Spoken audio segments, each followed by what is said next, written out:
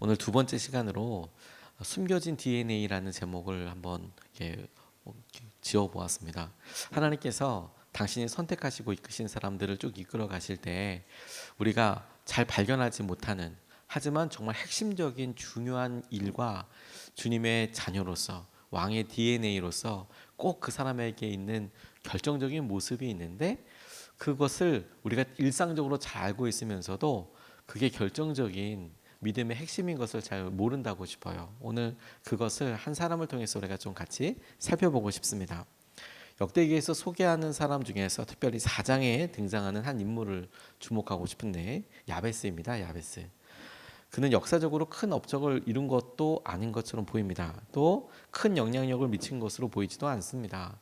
실제로 야베스라는 이름이 성경에 딱 이 사람 등장하고, 그리고 어떤 역사적인 일이나 또 기억날 만한 어떤 지명 같은 것도 있지 않습니다.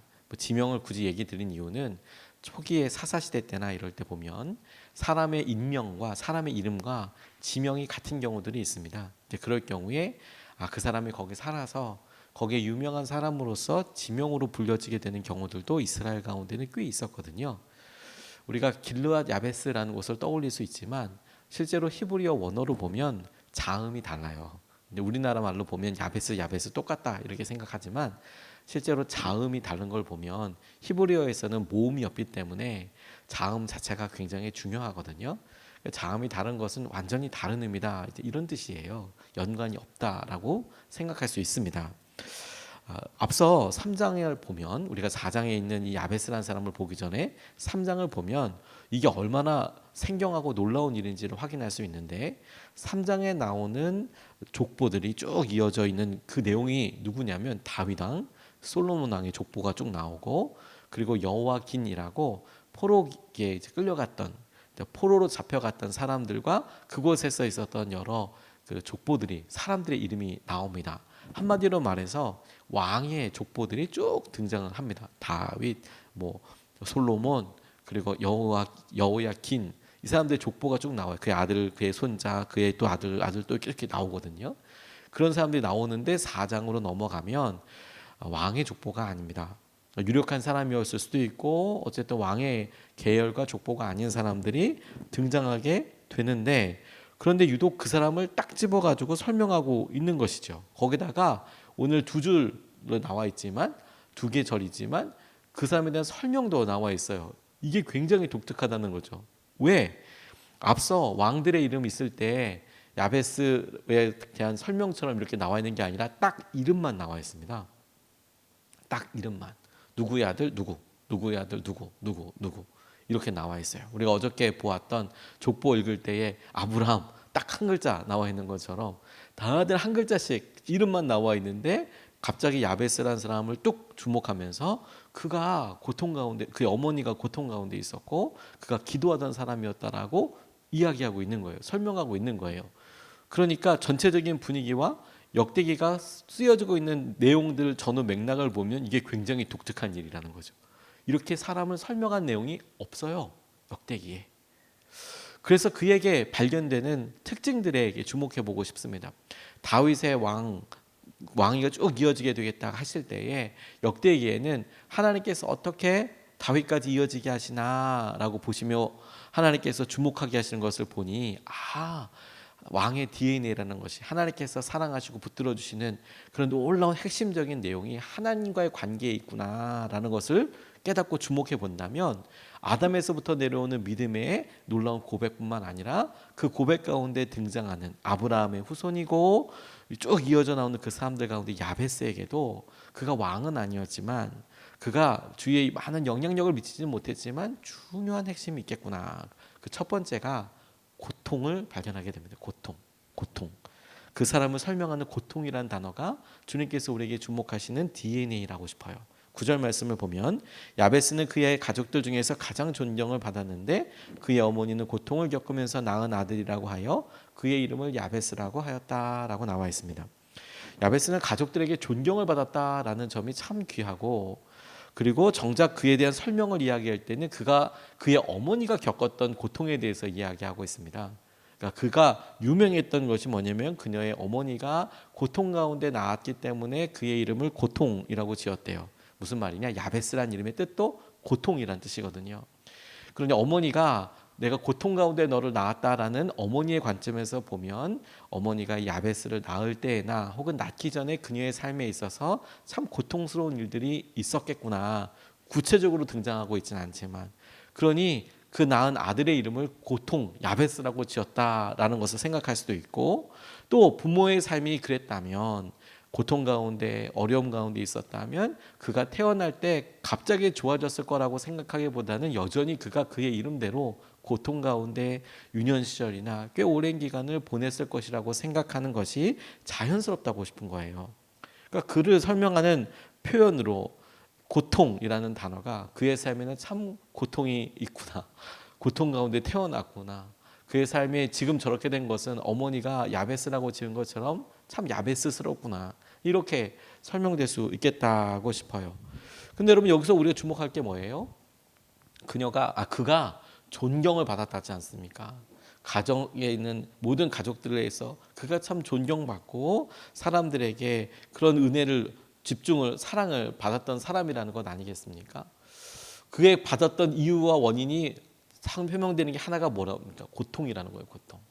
우리는 주위 사람들에게 존경받고 주위 사람들에게 인정받고 사랑받는 것에 우리가 돈이 조금 더 있으면 우리가 조금 더 배웠으면 혹은 우리가 이런 기회로 인하여서 우리의 삶이 어떠했으면 우리가 사람들에게 존경도 받을 수 있고 가족들에게 더 따스한 마음의 인정도 받을 수 있고 우리의 삶에 중요한 어떤 조건들을 생각하지만 그런데 야베스를 통해서 우리에게 드러나는 중요한 것은 그런 게 가족과 사람들에게 존경과 존중받는 것이 아니고 심지어 고통 가운데에서 고통이 사람들에게 드러날 수 있는 중요한 기준이 될 수 있다. 고통도 될 수 있다.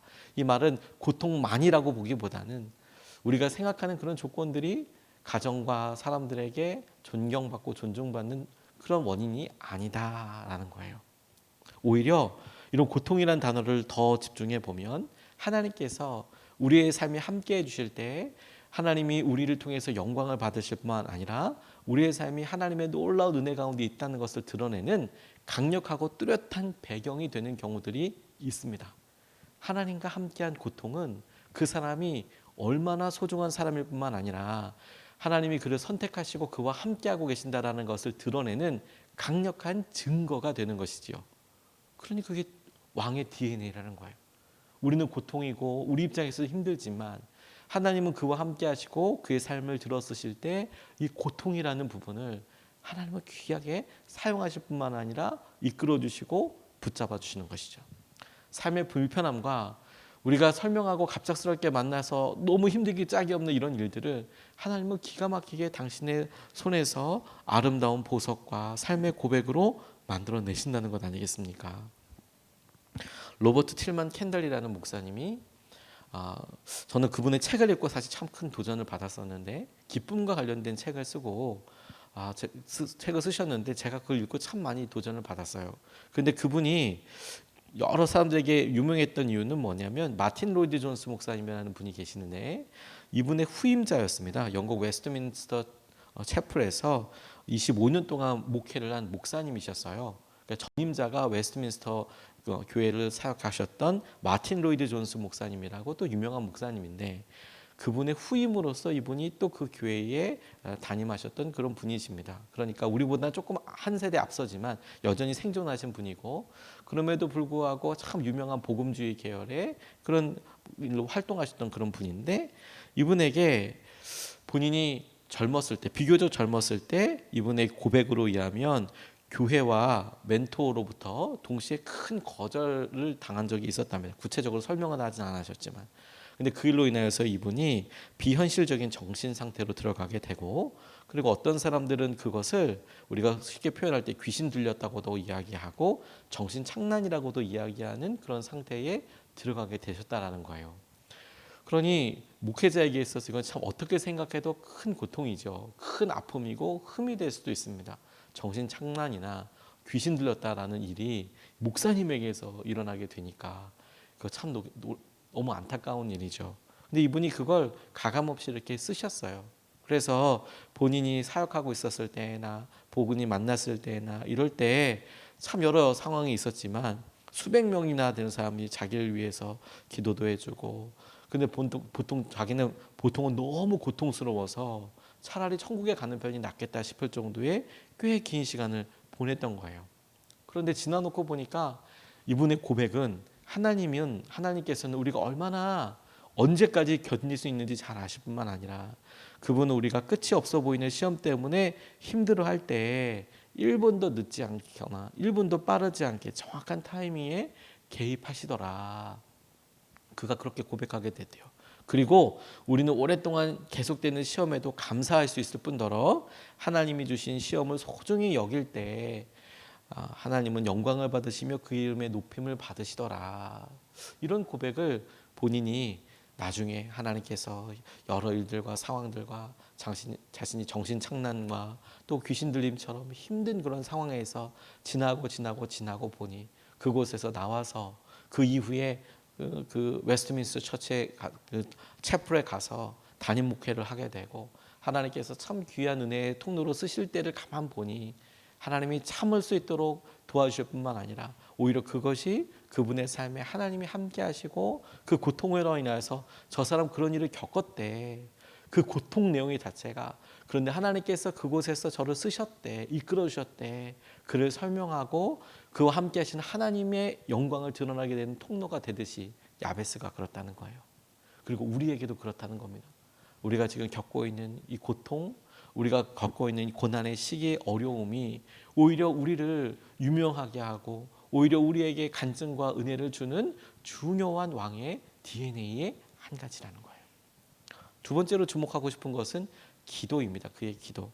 그의 기도와 하나님의 응답하심이, 특별히 그의 기도가 하나님께서 당신의 사람을 보게 하실 때, 아니 하나님의 사람들에게만 드러나는 대표적으로 놀라운 DNA 같이 하나님의 흔적이 무엇이냐면 고통과 함께 이 고통 중에서 함께하는 기도, 이 기도가 DNA처럼 당신의 사람들, 하나님의 사람들에게 분명히 드러나는 특징입니다. 10절 말씀을 보면 이렇게 증거하고 있습니다. 야베스가 이스라엘 하나님께 나에게 복의 복을 더해 주시고 내 영토를 넓혀 주시고 주님의 손으로 나를 도우시어 불행을 막아 주시고 고통을 받지 않게 하여 주십시오 하고 간구하였더니 하나님께서 그가 구한 것을 이루어 주셨다고 이야기하고 있습니다. 야베스에게 유명했던 점은 그의 기도에 있다고 싶어요.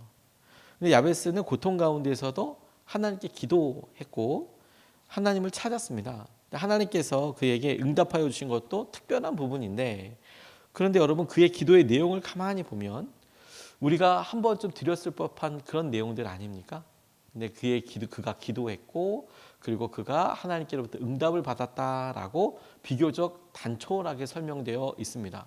앞서서 역대기 전체의 분위기를 보면 이 한 사람에 대해서 이만큼의 여러 설명을 쓴 것도 어마어마한 것이다 라고 말씀을 드렸는데, 그런데 그의 기도 내용을 보면 우리가 일상적으로 할 수 있을 법한 기도임에도 불구하고 하나님께서 이 역대기 저자를 통해서 그 내용을 적어두시고 하나님께서 그 내용에 응답하셨다라고 이야기하고 있는 이 자체에 대해서 주목해 보고 싶은 거예요. 하나님께서 그의 기도에 응답하심으로 앞서 야베스에 대해서 설명했던 대로 가족들에게도 유명하게 하시고 존경을 받게 하시고, 심지어 이 말씀을 기록하고 있는 에스라라고 여겨지는 사람, 그에게도 이게 들렸다는 거 아니겠습니까? 알고 있는 이야기라는 거 아니겠습니까? 솔로몬에 대한 이야기보다 혹은 그 앞에 어떤 누구 왕보다 그의 내용이 더 중요하다고 생각되어서 적혀졌다는 거 아니겠습니까? 전 이게 되게 놀랍다라는 생각을 하게 됐어요. 그래서 그냥 생각하기에 그가 고난으로 진짜 유명했던지, 다시 말해서 어떻게 저렇게 어려운 고난을 겪었을까, 고난으로 유명했던지, 혹은 그가 기도로 유명했던지, 오랫동안 기도했던지, 아니면 그가 기도할 때마다 또 올라온 역사와 응답이 있었던지, 아무튼 그의 기도 자체가 엄청 유명했던지, 아니면 하나님의 응답하심이 너무너무 유명했던지, 아니면 그것도 아니면 이 셋 다 전부 다 중요했던지, 야베스를 떠올릴 때마다 와, 욥처럼 저렇게 고난당할 수 있나 사람이, 이것으로 사람들에게 유명했던지, 아니면 그런 가운데도 그가 기도하던 모습이 너무 사람들에게 인상 깊었던지, 아니면 하나님께서 그의 기도를 통해서 응답해 주신 것이 너무너무 컸든지, 아마 이거 세 개 중에 하나든지 아니면 전부 다든지 크리스마 받아고 싶은 거예요.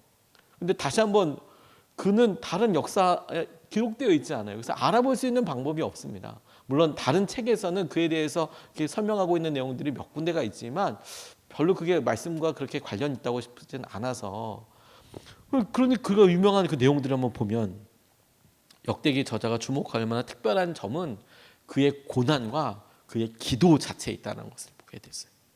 하나님이 이거 우리에게 알려주고 싶으신 거구나. 그의 기도, 그가 기도하는 사람이었다.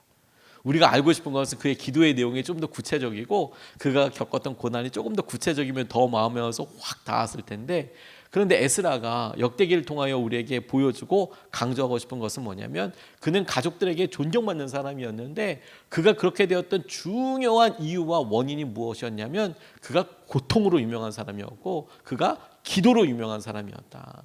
그리고 그에게 있었던 하나님의 응답으로 인하여서 야베스가 가족들과 여러 사람들에게 존귀한 자로서 그렇게 사라지게 되었다라고 하는 내용 자체라고 싶어요. 그리고 우리의 모습을 그대로 적용해 보았습니다. 만약에 여러분 우리가 고통과 어려움과 그리고 우리가 설명할 수 없는 여러 일들의 연속 가운데 있다면, 그러면 하나님께 우리가 함께하고 있는가, 하나님 손에 우리가 있는가만 점검해 보면 이 일은 하나님이 우리를 이끌어 가시고 우리를 통해서 역사하시는 중요한 하나님의 흔적이 될 거예요. 두 번째, 이건 하나님께서 우리에게 그렇게 하시는 것뿐만 아니라 우리가 고통 가운데서도 기도하고 있다면 야베스와 똑같이 하나님께서 우리 가운데 응답하실 그날에 하나님 놀라운 은혜와 충만하심을 보게 하여 주실 것을 우리가 기대할 수 있다는 거예요. 백석대학교의 김명국 교수님이라는 분의 간증을 보다 보니까 이분이 공부를 정말 잘하셨대요. 공부도 잘하고 그리고 열심히 공부하는 게 천상낙이어서 저분은 주위 사람들도 친구들도 천상 공부해야 되는 사람인가 보다 이렇게 싶었는데, 항상 그렇게 공부도 잘 하고 싶고 그런 마음에 욕심 없이 공부만 하고 싶은 사람들의 특징이 뭐냐면 돈이 없다는 거예요. 공부도 잘하고 공부도 하고 싶은데 돈이 없는 경우들이 많이 있죠. 그래서 이분이 대학원까지 이렇게 가서 공부하고 싶은데 참 이게 쉽지가 않은 거예요. 그래서 이분이 어떻게 해야 되나, 이분이 언어도 되게 능통하고 그리고 이제 신학 공부를 할 때도 모든 게 다 준비됐다고 싶은데 돈 빼고 다 있는 거죠. 근데 한 친구 목사님이랑 그렇게 결심을 했대요. 우리 유학 가기 전 혹은 유학을 가고 싶은데 어떻게 될지 모르는 이 시기에 딱 1년만 우리 같이 좀 기도해 보자. 우리 1년만이 아니라 일단 기도해 보자. 우리 간절히 기도해 보자. 그래서 친구끼리 만날 때마다 기도하고, 하나님 돈 없어서 일 못 하시겠느냐, 우리 하나님 앞에서 기도하자. 그래서 하나님께 딱 1년 정도 기도하고 나니까 응답을 해 주시더래요. 그래서 어떤 교수님의 주선으로 네덜란드로 유학을 가게 되고 박사과정을 공부하게 되고 학비도 또 생활비도 주고 심지어 그 나라에서 용돈까지 주고 부인의 생활비까지 다 주는 파격적인 조건으로 유학을 가게 되었다. 이런 이야기를 좀 본 적이 있어요. 그리고 나서 그 목사님에게는 이 교수님을 생각할 때마다 기도로 저거 열어주셨지. 기도로 열어주셨지. 물론 더 좋은 학교에 돈이 많아서 간 분도 계시고 또 더 놀라운 간증들도 있는 분도 계시지만, 야베스는 기도하였더니 그 기도가 응답된 사람으로 유명한 사람이라는 거예요. 기도의 응답이 우리에게 소중하기도 하지만 더 소중한 것고 중요한 것은, 오늘 우리가 보고 닮아야 될 것은 그가 고통 중에서 기도하는 사람이었다는 거예요. 그게 그의 믿음과 그의 삶을 설명해 주는 DNA였다는 거예요. 그는 기도하는 사람이었다. 오늘 우리가 똑같이 우리의 어려움과 우리가 당면하고 있는 일을 넘어서 우리가 기도하는 사람으로서 하나님께서 우리에게 허락하신 일들과 기회를 붙잡고 주 앞에 나아갈 수 있으면 좋겠습니다. 오늘 두 가지 말씀을 같이 나눴습니다. 첫 번째, 고통이 그냥 고통이 아니라 하나님과 함께하는 고통은 하나님께서 우리를 쓰시고 우리를 이끌어 가실 때 중요한 특징이 될 수 있겠구나. 두 번째, 다른 어떤 반응도 중요하겠지만 고난 가운데 기도하는 것이야말로 하나님께서 함께 하시는 사람의 놀라운 특징이자 DNA가 되겠구나. 그분을 닮은. 우리가 이것을 붙잡고 두 번 나눠서 같이 기도하겠습니다. 첫 번째로, 주님, 지금 겪고 있는 고통의 어려움에 무너지지 않고 이것이 믿음의 큰 증거와 간증이 될 것을 믿으며 승리하게 하여 주십시오. 지금 겪고 있는 이런 어려움들과 또 이런 여러 곤란한 상황들 가운데 무너지지 않고 이것이 믿음의 큰 증거가 되게 하여 주시고 간증이 되게 하여 주셔서 이것을 믿으며 승리하게 하여 주십시오라고 우리가 첫 번째로 같이 함께 기도하시겠습니다.